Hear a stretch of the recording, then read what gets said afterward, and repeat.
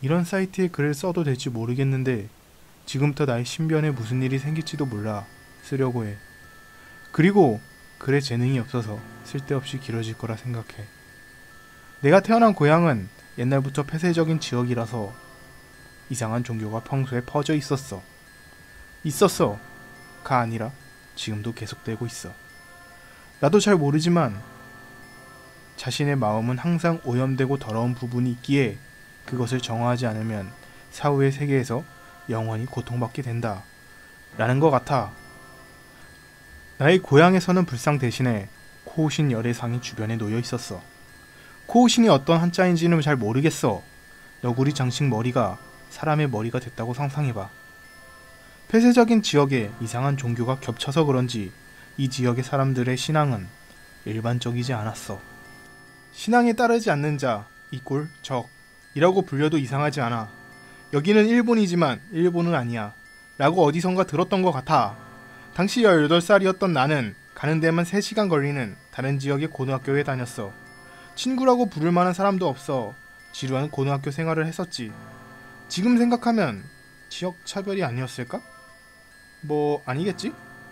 아무튼 그날은 어찌됐든 더웠어. 밖에는 매미가 시끄럽게 울고 있었고 태양이 피부를 부글부글 태우는 듯한 날이었어. 함께 살던 할아버지 할머니가 할 말이 있어 라고 하셔서 이야기를 들으러 엄마와 함께 갔지. 이번 열애제에서 너는 문을 열도록 되었단다. 나는 순간 멍하게 되었어. 문? 할아버지 드디어 치매가 온 건가? 라고 생각하고 있자 엄마가 네? 아버님? 뭔가 잘못된 거겠죠? 이 아이가? 라면서 얼굴이 새파래졌어. 방금 열애님이 직접 오셔서 전해주셨단다 하고 할머니가 말하셨어. 엄마는 나에게 몸을 기대고선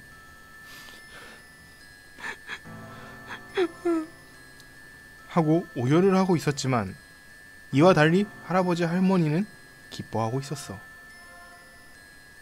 무슨 말이야 얘야. 이런 일은 좀처럼 없는 일이란다.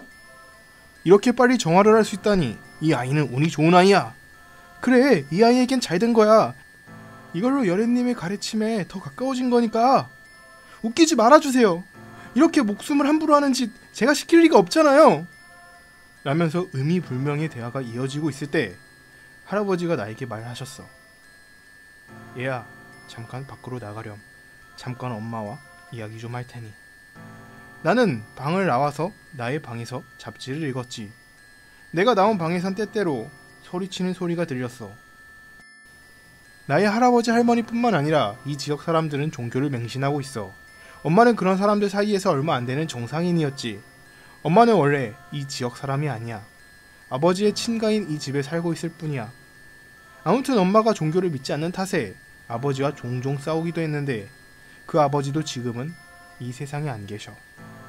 나는 혼자서 나를 키워주신 엄마를 믿고 있어서 처음부터 신앙이 그리 깊지 않았어. 거기에 나이가 들면서 외부 접촉도 있었기에 신앙은 점점 더 약해져만 갔지.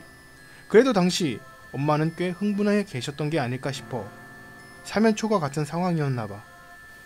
이런 일이 있고 나서 열흘 정도가 지났던 어느 날 밤 나는 엄마에게 조용히 깨워졌어. 얘야 조용히 들으렴. 지금부터 잠깐 같이 나가자. 잠결이라도 좋으니까 조용히 소리내면 안 돼. 나는 잠을 덜 깨서 그런지 상황이 잘 이해되지 않았지만 엄마를 따라가기로 했지. 엄마의 차에 타고선 등받이를 뒤로 쭉 빼고 잠이나 자야지 라고 생각했어. 어찌됐든 졸렸어. 그냥 그 생각만 했어. 차에 타고선 10분 정도가 지났을까? 엄마가 급브레이크를 밟았어. 안전벨트를 안 했던 나는 앞으로 튕겼지. 엄마에게 한 소리 할까 했지만 그만뒀어. 눈앞에 몇몇 마을 사람들이 길을 막고 있었어. 사람들 전부 각자 손전등을 들고 있었고 그중 몇몇은 반대손에 손도끼를 들고 있었어. 그제서야 상황이 이해되기 시작했어. 내가 축제에 가는 게 마음에 들지 않았던 엄마는 나를 데리고 이 지역을 떠나려고 했던 거야. 그리고 눈앞의 마을 사람들은 그것을 알고 온 거였지. 이년이 뭐하는 짓거리야! 나와! 남자들은 문을 열고선 엄마와 나를 억지로 끌어내렸어. 나는 뭐가 뭔지 몰라서 계속 죄송해요, 죄송해요 만 반복했고 엄마는 계속해서 내 이름만 불렀어. 후에 들은 이야기지만 우리들이 도망간 것을 마을 사람들에게 말한 건 할아버지였어. 나는 머리에 무엇인가 쓰여지고선 다른 차에 태워졌어. 그렇게 끌려온 방은 화장실과 침대만 있는 방이었지. 문은 꽉 막혀있고 태양빛은 아주 조금만 들어오는 곳. 미친듯이 불안해진 나는 꺼내주세요, 죄송합니다 라고 계속 외쳤어. 지금에 와서야 드는 생각인데 내가 사과하고 있으니까 그 방에 가둬진 걸 거야. 마을 사람들은 아마도 내가 문에 대해서 미리 들었다고 생각했나봐. 그래서 그런지 나는 축제에 대해서 제대로 된 설명은 1도 듣지 못했어. 그렇게 그 상태로 축제의 날이 되었지. 축제는 감시되고서 한나절이 지난 날이었어. 자는 걸 억지로 깨워줘 손에 수갑 같은 게 채워졌지. 수갑에는 모르는 문자가 새겨져 있었어. 그리고선 30분 정도 남자 7, 8명에게 둘러싸인 채 걷게 되었어. 엄마는 어디 있나요? 저 어디로 가는 거예요? 라고 남자들에게 말을 걸어도 무시당했어. 그렇게 도착한 곳은 넓은 광장 같은 곳이었지. 여기는 항상 출입 금지가 되어 있던 곳이야. 여래님이 어쩌고 저쩌고 라고 옛날에 할아버지한테 들은 적이 있어. 광장에는 어른들이 10대 명 있었고 그 사람들은 중얼중얼 무언가 외우고 있었지. 겉으로 보면 축제로 보이긴 하겠네. 그런데 지금은 쉽냐. 마을은 어두워져 조용한 상태였고 축제의 노점상도 정리된 지 오래전이었어. 나는 축제가 끝나고 이런 일을 하는지 전혀 몰랐어. 지금부터 무슨 짓을 할 생각인 건지도. 엄마는 어떻게 된 거야? 광장의 가운데 2m 정도 크기의 직사각형 판자 4장이 나란히 세워져 있었어. 자세히 살펴보니 문이었어. 어디서든 쉽게 볼 수 있는 평범한 문. 그게 일렬로 세워져 있었어. 도라에몽의 어디로든 문이라고 생각하면 편할 거야. 그 문에도 무엇인가 새겨져 있어 기분이 나빴어. 그렇게 2, 3분 지나자 나와 비슷한 나이대의 아이가 3명이나 왔어. 이 녀석들도 나와 같이 문을 여는 역할이었어. 전부 중학생 아니면 초등학생처럼 보였어. 최연장자는 나였지. 우리 4명은 한 명씩 문 앞에 세워졌어. 문을 가까이서 보니 더 기분이 나빴어. 주변 어른들의 소리도 조금씩 커지고 있는 느낌이었어. 여기까지 와서야 드디어 수갑을 벗게 된 나는 지금부터 뭐 하는 거야? 라고 옆에 있는 애한테 물어봤어. 얼굴은 아직 어린애로 중학교 1학년, 2학년쯤 돼 보였어. 중학생은 이제부터 다 자신의 더러움과 싸워 마음을 깨끗이 하는 거예요 라고 나지막하게 말했어. 나는 흥 라고 적당히 반응했어. 뭔 개소리야. 싸워? 이 어디로든 문하고? 중학생은 말을 계속했어. 오, 기뻐요. 이걸로 저도 마음을 더 깨끗이 할 수 있네요. 여래님의 넓은 아량에 정말 감사드립니다. 그 외에도 이 녀석은 희죽희죽 웃으면서 뭔가를 중얼거렸어. 이 녀석도 이걸 믿고 있구나 라고 생각하자 닭살이 돋기 시작했어. 자, 열애 소년들아, 이제 열애 문을 열어 자신의 더러움과 마주해 좀 더 여래님의 곁에 가까워지는 거야. 다른 3명은 네! 라고 힘차게 대답한 다음 그 문을 열었어. 문을 열었다 하더라도 그 앞에는 방이 있을 리가 없지. 있을 리가 없을 텐데. 소년들은 문을 열고선 안으로 들어갔어. 뭔가 이상한 마술이라도 보는 느낌이었어. 진짜 어디로든 문인가? 무심코 한 발자국 물러나 중학생이 들어간 문을 살펴보려 했는데 갑자기 탁! 하고 문이 닫혔어. 뒤에서는 왜 그래? 어서 들어가! 라고 어른이 말했어. 근데 이런 곳 들어갈 수 있을 리가 없잖아. 그러자 주변에서 들어가! 들어가! 들어가! 라면서 야단치기 시작했어. 나는 울고 싶은 마음을 억누른 채 억지로 문을 열었어. 거기에는 나의 방이 펼쳐졌어. 익숙한 방. 나는 혼란스럽기 시작했지. 갑자기 뒤에서 밀려 나는 문지방을 넘어버렸어. 내가 문을 열자마자 문은 탁! 닫혀버렸지. 나는 정신을 차리고 뒤를 돌아 보았지만 문은 없었어. 있는 건 복도, 그리고 그 복도의 내 방뿐이었어. 주변을 살펴보면 여긴 확실히 내 방이었어. 밖에선 태양의 빛이 들어오고 있었어. 거기서 나는 한 번 더 혼란에 빠졌어. 지금 한방수 중이잖아. 근데 왜 이렇게 밖이 밝은 거야? 커튼을 열자 거기엔 항상 보던 경치가 펼쳐졌지. 창문을 열어볼까? 열리지 않아. 아니, 만지는 것 자체가 불가능해. 신비한 감각으로 내가 만지려 하면 쓱 하고 미끄러져 버려. 나는 내 방의 문을 부수자라는 생각은 못했지만 아마 부수려 했어도 불가능하지 않았을까 생각해. 나는 복도를 나가려고 문 손잡이를 돌렸어. 역시 거기에는 우리 집에 복도가 있었어. 복도로 나온 나는 우선 엄마! 라고 소리쳤어. 그러자 거실 쪽에서 묘한 소리가 났어. 누군가 있구나 라고 생각이 들어 빠른 걸음으로 복도를 걸어 거실 쪽으로 가서 거실의 미닫이 문을 드르륵 밀었지. 거기에는 인간이 아닌 무언가가 있었어. 미안. 정말 이런 표현뿐이 못하겠어. 땅딸막한 체형, 그리고 이런 체형이 어울리지 않는 얇고 긴 팔과 다리. 머리가 있어야 할 자리에 아무것도 없어. 그리고 기기기깃 하면서 이가는 소리를 내고 있어. 그리고 그 녀석은 뒤를 돌았어. 나는 하면서 문을 닫았지. 저런 동물 살면서 본 적 없어. 아니, 동물조차 아닐 거야. 뭐야 저거. 생각이 정리되지 않은 채로 있자 문이 탁 하고 열렸어. 그 녀석이 문을 열었던 거야. 나와 그 녀석은 서로 마주보게 되었어.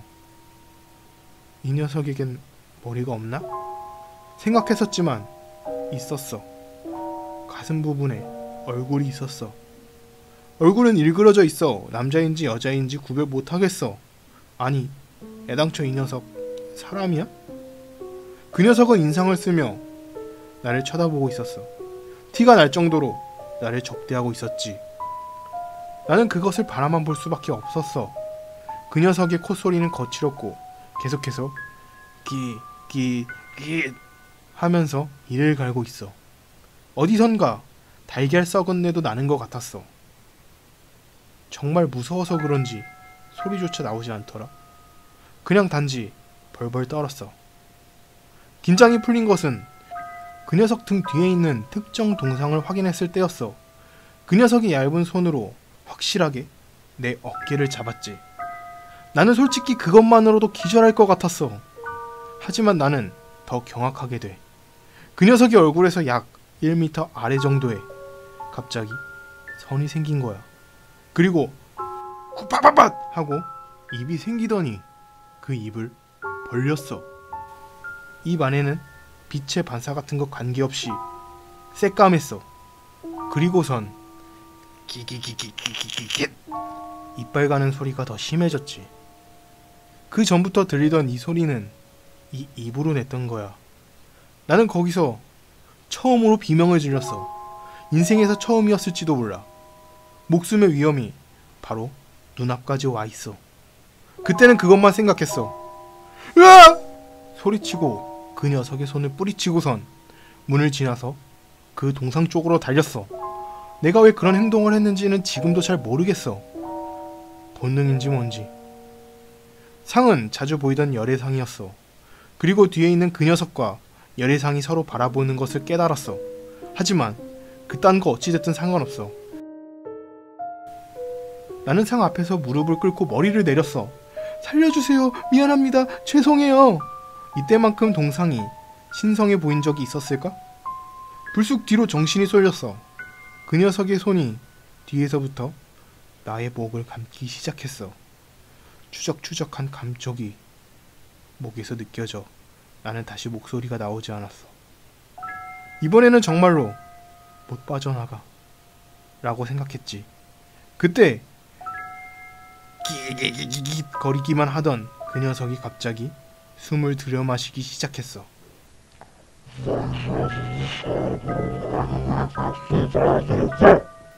그 소리가 그 녀석이 하는 말이란 걸 깨달았을 때 나는 이미 원래 세계로 가는 문을 열어 원래 세계로 돌아와 마을 사람들의 시선을 받고 있었어.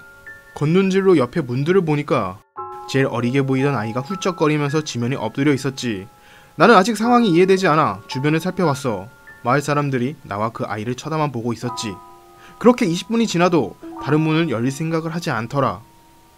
여러 가지 일이 일어나서 더 혼란스러운 와중 마을 사람 한 명이 내 어깨에 손을 올리고선 주저리 뭐라고 떠든 다음 축하해 라고 상냥하게 말을 건네주었어. 그 말이 끝나자 마을 사람들 모두가 환희하는 소리를 냈어. 뭐야? 그 녀석은 왜? 라고 말이 제대로 나오지 않는 나에게 정말로 잘했어. 이걸로 너의 마음은 정화가 된 거야. 축하해. 라고 말해준 거야. 나는 단지 고맙습니다. 라고 말하며 주저앉아 버렸어. 무슨 일이 일어난 건지 전혀 모르겠어. 그건 방금 전의 일로 고작 5-6분 전의 일이었는데 마치 영원처럼 느껴졌어. 그리고선 엄청난 피로를 느낀 나는 그 자리에서 쓰러져 버렸지. 정신을 차린 나는 방으로 옮겨져 있어서 설마 그 세계로 다시 돌아온 건가? 라고 생각했지만 바로 정신을 차렸어. 옆에는 할아버지 할머니가 있어서 여기서부터는 그 일이 있고 나서의 일을 거침없이 써보려고 해. 할아버지에게 그 축제 이후의 행사가 뭐였는지 물어봤어. 그것이 전부 꿈이었기를 바라면서. 그 문에는 정식 명칭은 없지만 할아버지는 그 문을 열애문이라고 부르고 있다고 하셨어. 이번에 내가 한 일은 열애님에 대한 신앙심을 시험에 증명받고선 열애님에게 나의 더러운 부분을 정화받는 의식이라고 하더라. 할아버지는 내가 도망갔던 것을 마치 잊은 것처럼 무사히 돌아온 것에 기뻐해 주셨지. 나는 그다지 기쁘지 않았지만. 아무튼 내가 본 괴물은 나의 마음속 더러운 부분인 것 같아. 나는 그 녀석의 공포를 이겨내고 열애님의 가르침을 지킨 덕분에 열애님께 인정받고선 열애님이 나의 마음을 정화해 주셨던 것 같아. 그 문은 자기 자신의 마음속 세계에 들어갈 수 있도록 연결하는 문이란다. 할아버지가 알려주셨지. 내 마음속 세상이 고작 건물 한 채? 참 좁구만 라고 생각했어. 참고로 문에 쓰여있던 글자는 내 이름이라고 하더라. 이 지역에선 이름을 2개 가지는 풍습이 있어. 자신의 마음속에 들어가는 이름이 하나 더 있는 거지. 그리고 문에 써있던 내 이름은 내 혈액에 섞인 먹으로 썼다는 거나. 내가 그 문에 들어가고 나서 무슨 일이 있었는지 자세하게 이야기해 주었지만 내가 가장 알고 싶은 건 그런 게 아니었어. 엄마는 어디 있어? 그리고 나랑 같이 들어가서 나오지 못한 애들은? 같이 들어간 2명은 어느 정도 예상은 갔어. 그 일이 있고 나서 문은 내 앞에서 불태워졌거든. 하지만 엄마는 달라. 마을 사람들에게 잡힌 후에 엄마와 한 번도 만나지 못했어. 잠시 뜸을 들인 후 할아버지가 입을 열었어. 너희 엄마는 이제 2번 다시 열애님의 곁으로 갈 수 없어. 그 2명도 마찬가지야. 어찌됐든 열애님을 모멸했으니까. 앞으로 너가 엄마와 만날 일은 없을 거야. 너도 빨리 잊어야 해. 이젠 마음이 깨끗하게 됐으니까 너도 이해하겠지? 이 순간부터 나는 할머니, 할아버지, 아니 마을 사람들 전체와 관련되고 싶지 않았어.